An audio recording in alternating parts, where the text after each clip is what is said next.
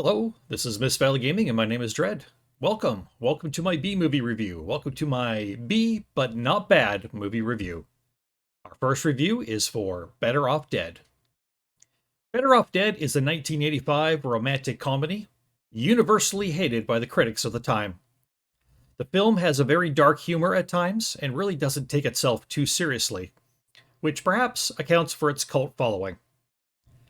Had the film been released but a mere 8 years later, perhaps the song Self-Esteem by The Offspring could have helped propel it to greater acceptance, as this song may be the finest introduction to the mood and emotion of the film.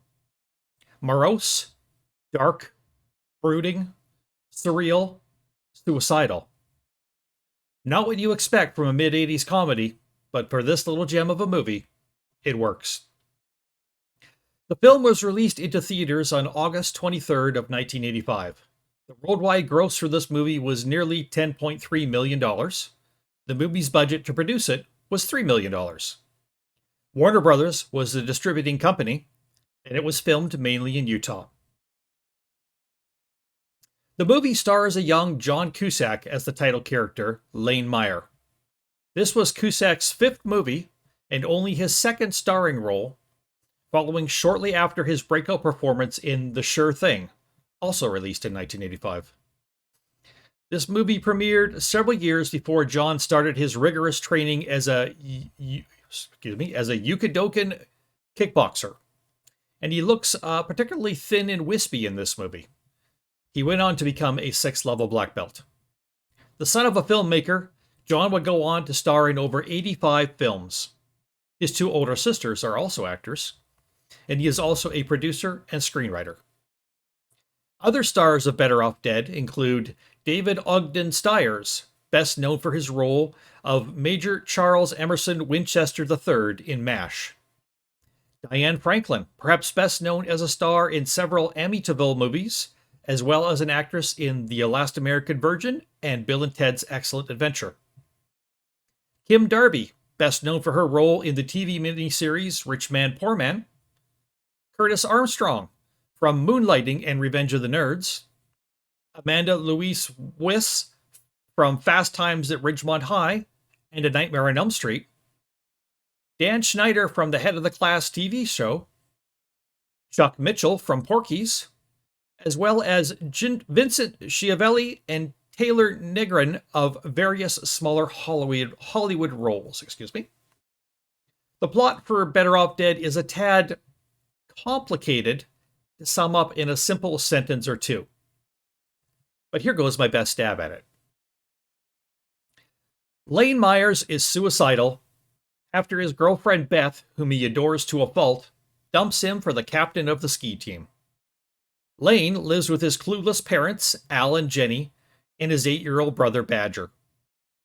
Al spends the movie trying to get the paperboy to stop throwing the papers through his garage windows, as well as avoiding paying him the $2 that the boy says he owes. Jenny prepares strange dinners that nobody can eat, and which are more likely to eat you than the opposite. And Badger does not speak, but he can build laser weapons in his bedroom and attract slutty women using how-to type books. Lane has a friend, Charles. Charles cannot get real drugs in their small town, so he comically huffs whatever he could find in an attempt to get high, making us for some very ominously funny scenes. Lane's attempt at suicide all fail in amusing ways. Lane attempts to ski the dangerous K-12 course at the local ski hill, but he wipes out, and so ends, seemingly, his last chance to impress Beth and win her back. Lane's embarrassing job at a fast food joint also comes to an end, and right in front of Beth and Roy. Roy often humiliates Lane, and Beth also makes fun of Lane for driving an old station wagon. Spoiler alert, Lane has a broken 1967 Camaro in his driveway, but he doesn't know enough about cars to fix it. This vehicle heavily foreshadows Lane's rise to alpha male that is to come later in the movie. There are 2 Korean drag racers in Lane's neighborhood who make hilarious appearances from time to time, and the paperboy also chases Lane on his bicycle, trying to recover his $2. His next-door neighbor is overbearing and nasty, and she has a son, Ricky, who is socially awkward and the apple of her eye. The arrival of a gorgeous French foreign exchange student to their house sees the neighbor try to force the girl to date her son, and the exchange student pretend to not speak English.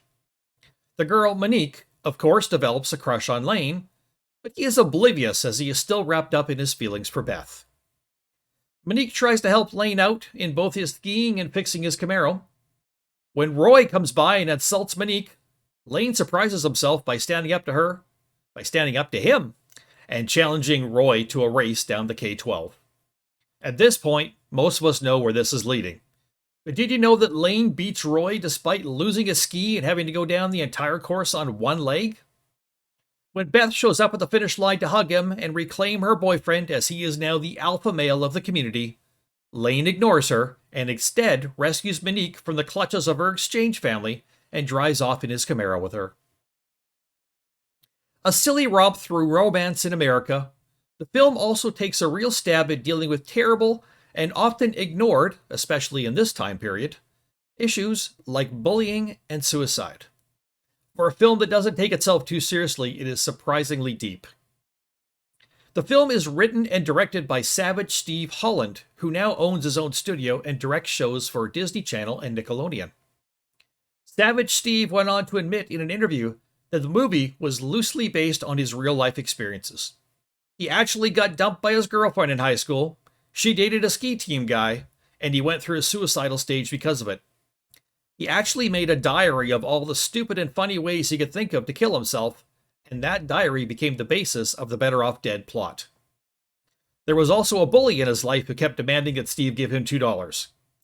Savage Steve has also said that John Cusack hated his film and told him it was the worst thing he'd ever been in or even seen. Ironically, that occurred during shooting on the film One Crazy Summer, written and directed by Savage Steve Holland and starring John Cusack. So strange you couldn't even make this stuff up. At 97 minutes in length, don't you think that Better Off Dead deserves a short bit of your life? Go on. Give it a watch. You might be glad you did. It's a B movie, but it's not a bad movie by any means. For Miss Valley Gaming, also called Miss Valley Arts and Entertainment, where we're bringing you the arts and the entertainment, my name is Dredd. Thank you so much. This has been a review of Better Off Dead. My review for this movie is an 8 out of 10. Peace out.